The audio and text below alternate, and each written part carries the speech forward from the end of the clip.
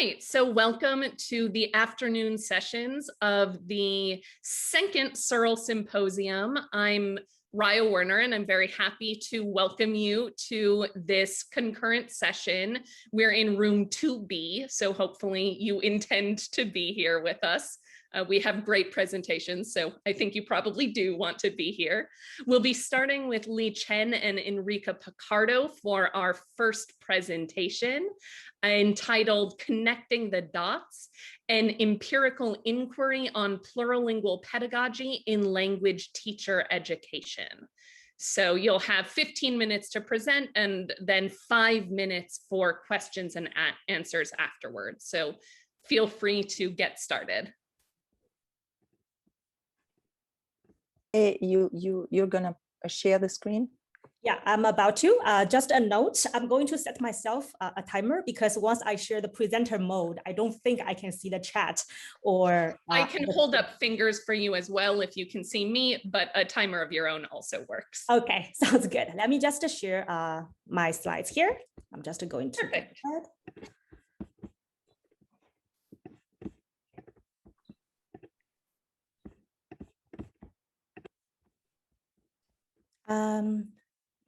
Do you guys see me okay? Yes. Yeah, we see the screen. Okay, perfect. Okay, so thank you so much, everybody.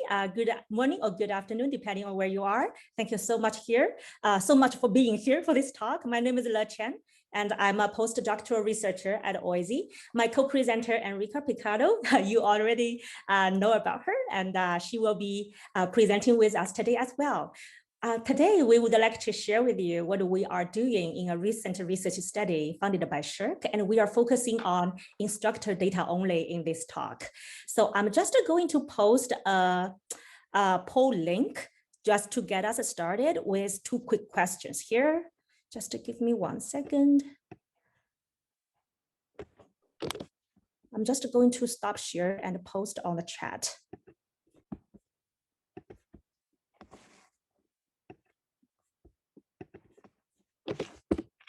Okay, so the chat box is okay. And I'm just going back to the share screen.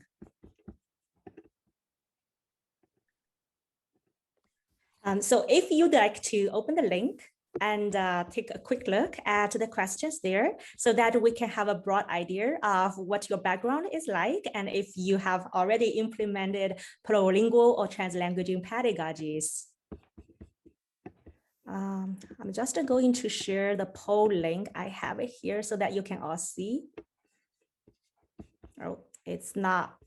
Let me adjust the windows a bit so that I can move it up a little bit. Okay.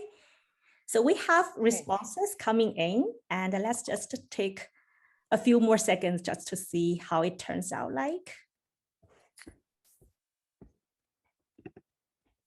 I believe it should be activate, right? Okay. It is. Yeah. It is. Okay, perfect. Somehow I cannot see the entire screen here. But we see the graphs coming. Okay, perfect. That's good. Yeah, so for the first question, looks like the majority of our audiences said yes. So the program or our classroom, many classrooms, many programs do promote a target language only sort of policy, right? And the second question, the vast majority is saying yes. Okay, so that's a very good starting point. Let me just pull this out again and go back to the main screen here. Perfect. So to start our talk off, first of all, I would like to introduce the context of this study. And in this part, we are summarizing the results from our synthesis of the plurilingual pedagogy literature. And the results are mainly based in terms of the main affordances and challenges of enacting plurilingual pedagogy in the classroom level, and followed by our rationale and question. So research scholarship provides substantial evidence to the benefits of incorporating learners' full linguistic repertoire in language teaching and learning. But there still exists a significant gap between the claimed affordances and the everyday classroom realities, where plurilingual pedagogy might be either scarce or sporadic. The major themes that emerged from our synthesis of the state-of-the-art literature delineate the research landscape of plurilingualism in action, suggesting that plurilingualism or plurilingual pedagogy positively contributes to, first of all, students' plurilingual and pluricultural competence. Second, evolution of language beliefs towards a more positive orientation to plurality and hybridity. Third, affirmation of the student as well as teacher's identity and promotion of agency. And last but not least, language and literacy development. Meanwhile, the reported challenges are related to the nature or practical issues of designing and implementing plurilingual pedagogy in the classroom, which are often interconnected with institutional policies and discourses. For us, our rationale is, given the gap between the theoretical advancement and practical application, we wanted to ask the question, how do TESOL instructors, that is ESL language teacher trainers, perceive and enact plurilingual pedagogy with linguistically diverse students in post-secondary education? And I will now have Enrica talk about the conceptualization of this study. Yeah, okay. It's important that we spend a moment on the conceptualization that informed the whole study. The idea of moving from language to languaging and the idea of seeing through plurilingualism through a mediation lens. And you can go to the next. So the idea is, first of all, we see language as an activity. It's something that we do, but more importantly, something that we do together. And we consider language as an emergent dynamic process of shared meaning making, space of collecting knowledge, shared understandings, and a socialization into communities of practice, a process that allows overcoming separation between individual and culture and society. So the learner's social agent are always in a process of doing that requires mediation at different levels. They mediate when they communicate across language or language varieties. We've seen even in the plenary speaker that she talked about the importance of recognizing those varieties and culture across the social communities for themselves and for others, including when they are reading a book with a fictional character in online communication, as we are doing now. And in all this, they engage with their mind, their senses, their emotions. So the mediation that individuals make when they language and plurilanguage open up the possibility of new positioning vis-a-vis languages, communication, and view of worldviews, their own worldviews. And plurilingual empowers the individuals to see possibilities when others see barriers, and it helps them to positively conceptualize difference as the nurturing feature of our increasingly diverse society. So if you go just a second, the one before. Oh, sure. So see, embracing this perspective that I have explained means really a move from seeing language as an entity to seeing language as a process, which is personified and explained by the form languaging. And plurilingualism refers really to that process of languaging. And as I said, languaging and plurilingualism, because you can do within and across boundaries of language and language varieties. Okay, can go to the other. So mediation, we can say, can act as a prism. And through mediation, we can see critical awareness and symbolic competence. We have argued that mediation, in the same way as a prism allows us to see the different colors that make up light, mediation allows perception of the different aspects that come into play in the complex undertaking of using and learning languages. And such aspects go from individual and process of meaning making, back and forth and negotiation of culture and language and communication and life experience in the shaping and developing of the different repertoires and trajectories. Next one. So how to boil this down to something that we can also make sense of and use in the class. We can say, if we think that mediation has been studied by so many sciences, from philosophy to pedagogy to psychology to even legal studies, we can see that we can see three big dimensions: mediating communication, which means creating space, managing tensions, enabling communication; mediating concepts, that's very important and new in the sense that we are more and more aware of this co-constructing of meaning and knowledge; and then something we are more familiar with, especially as teacher, mediating texts, that I'm sure if you read the list, everybody recognize the things that they always do in the class. Next one. So with these categories, broad categories in mind, these categories have been those that have informed the development of the new CFR, which is called the CFR Companion Volume 2020. And all under the three main categories, you see mediating communication, concept, and the text. You see all the scales, and for each scales, there are all the descriptors for the different levels of proficiency, plus the strategies, plus specific scales for plurilingual, pluricultural competence, which means that the teachers have something to link those concepts that I have just explained to their practice. Okay, so let's move on back to the study. So for the background of this research study, we have two focused research studies for the part of classroom-based collaboration. And both programs, they went completely online due to COVID and are dedicated to preparing future ESL or EFL teachers. And the two, we have four instructors from these two programs, and two of them are focal instructors, meaning they are collaborating in the classroom-based activities. Both of them are plurilingual, have extensive teaching experience in teaching both English language as well as the TESOL content.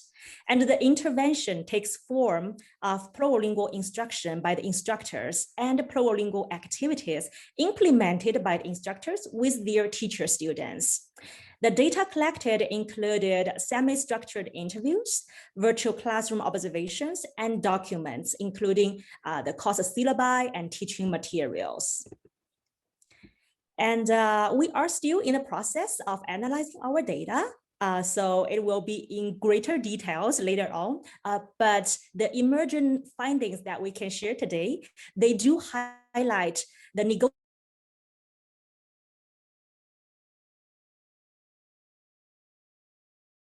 plurilingualism.